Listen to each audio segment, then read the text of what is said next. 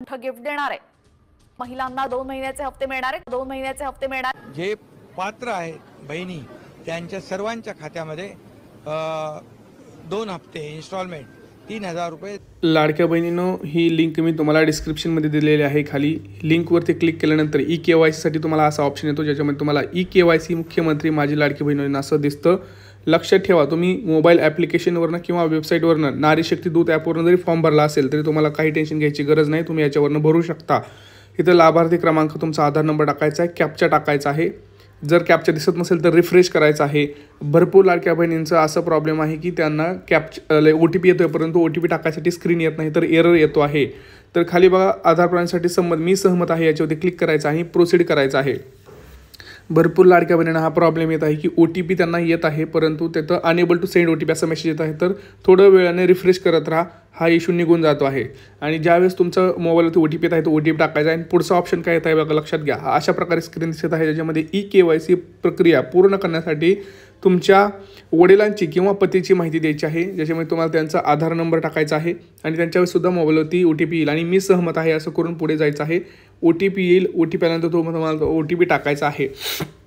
लक्षात घ्या, हा प्रॉब्लेम आहे। पुढं काय बघा, माझ्या कुटुंबातील सदस्य कुठेही कायम कर्मचारी किंवा सरकारी विभागात नाही असं तुम्हाला तिथं निवडायचं आहे, होय किंवा नाही। तिथं सगळ्यांनी नाहीच निवडायचं आहे, नाही करून पुढे जायचं आहे।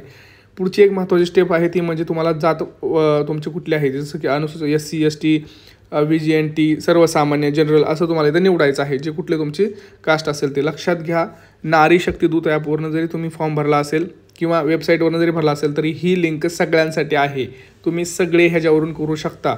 असं काही नाही की आमचं नारी शक्ती दूत ॲपवरनं भरलेलं आहे, आमच्या वेबसाईटवरनं। सगळेजण ह्या लिंकवरून जाऊन आपली KYC करायची आहे। आता बघा, इथं तुम्ही जात निवडली, पुढे जाऊन तुम्हाला असा एक मेसेज येणार आहे, ज्याच्यामध्ये मी सहमत करते लाडकी बहीण योजनेच्या ओळख, त्याच्यावरती आधार कार्ड व क्रमांकाचा वापर करू शकता, मी सहमत आहे असं OTP टाकायचं आहे। तुम्हाला अशा प्रकारचा एक मेसेज येईल, तिथं तुमची KYC प्रक्रिया पूर्ण झाली असं लिहिलेलं असेल।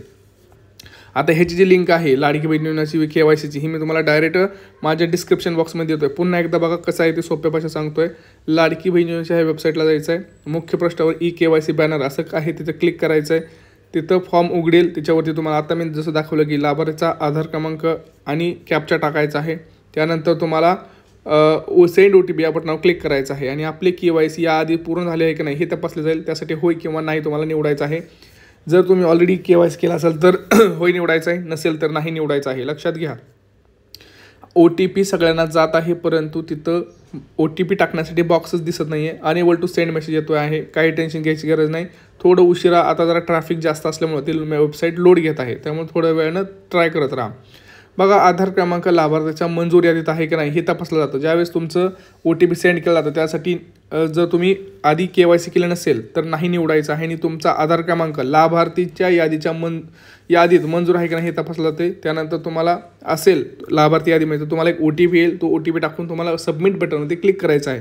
आणि जर तुमचं यादीमध्ये नाव नसेल तर तुम्हाला आधार क्रमांक मुख्यमंत्री माझी लाडकी बहीण योजनेच्या पात्र यादीत नाही असा मॅसेज डिस्प्ले होतो। जसं सक्सेसचा मॅसेज तुम्हाला हिरव्या रंगात दिसतो, तसंच हा असा लाल रंगामध्ये तुम्हाला तिथं दाखवला जातो।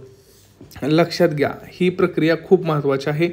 तुम्हाला मी आत्ताच व्हिडिओच्या माध्यमातून सुद्धा दाखवलेलं आहे कसं करायचं आहे। पुढे अजून एक प्रोसेस आहे, मी तुम्हाला सिंपल सांगतो आहे, फॉलो करायची आहे। लक्षात घ्या, बऱ्याच वेळा ही वेबसाईट क्रॅश होत आहे, भरपूर लोड असल्यामुळं तिथं प्रॉब्लेम होत आहे। बघा, तुमचा OTP टाकल्यानंतर तुम्हाला काय करायचं आहे, तुमच्या पती व वडिलांचा आधार क्रमांक, सेम प्रोसेस तुम्हाला ते सांगत आहेत। पहिल्यांदा तुमची KYC करायची आहे, नंतर तुमचे पती किंवा वडिलांचं तुम्हाला आधार नंबर टाकून कॅप्चा टाकून सेंड OTP या बटनावर क्लिक करायचं आहे। नंतर पती किंवा वडिलांच्या मोबाईल प्राप्त झालेल्या OTPवर तुम्हाला तिथं OTP टाकून सबमिट बटनावर ते क्लिक करायचं आहे। जसं तुम्ही स्वतःची KYC केली, तुम्हाला मी परत दाखवलं ई-KYC साठी ते करायचं आहे, तसं तुम्हाला तिथं पुढं वडिलांची किंवा पतीची सुद्धा तशीच KYC ही तुम्हाला करायची आहे। त्यासाठी तुम्हाला OTP टाकूनच ते व्हेरिफिकेशनसुद्धा होत आहे, हे लक्षात तुम्हाला घ्यायचं आहे। सगळ्यात महत्त्वाची ही प्रोसेस आहे।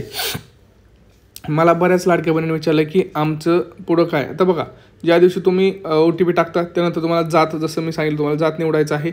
आणि दुसरं म्हणजे खालील बाबीप्रमाणे डिक्लेरेशन की माझ्या कुटुंबात कुणीही सरकारी विभागात नाही किंवा ह्यात नाही निवृत्ती घेत नाही, तिथं तुम्हाला नाही निवडायचं आहे। पुढचं म्हणजे माझ्या कुटुंबात केवळ एक विवाहित आणि एक अविवाहित महिला लाभ घेत आहे, याचं सुद्धा वरती क्लिक करायचं आहे। आणि नंतर तुम्हाला जसं हिरवा रंगात मेसेज आला की सक्सेस तुमची KYC पडताळणी यशस्वीरित्या पूर्ण झाली आहे. लक्षात घ्या, आता फक्त एका कुटुंबात केवळ एक विवाहित आणि एक अविवाहितच लाडकी बहीण सध्या लाभ घेऊ शकते. सगळ्यात महत्त्वाची बातमी आहे.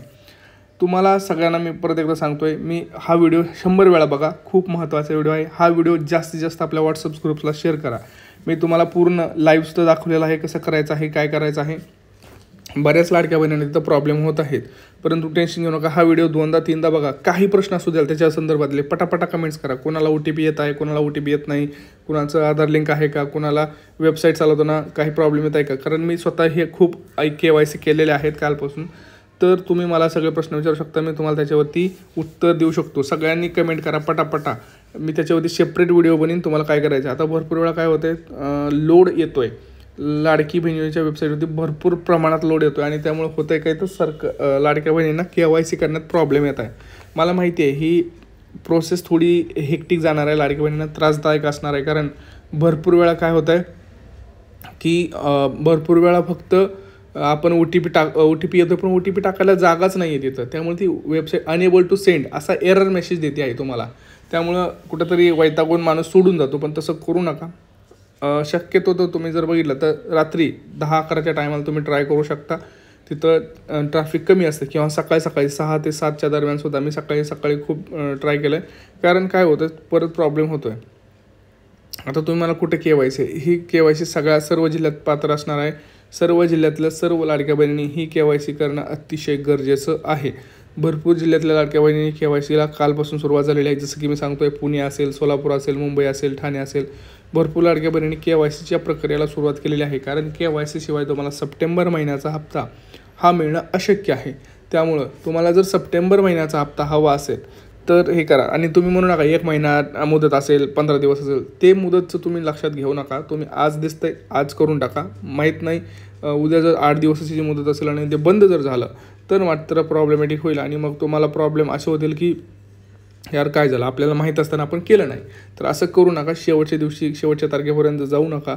आजच्या आज हे सगळे कामं करा. बँकेत जाऊन चेक करा आपला मोबाईल नंबर व्यवस्थित आहे का. आपला आधार कार्ड सेंटरवरती सुद्धा जाऊन तुम्ही चेक करू शकता की आधार कार्डला आपला कुठला मोबाईल नंबर आहे.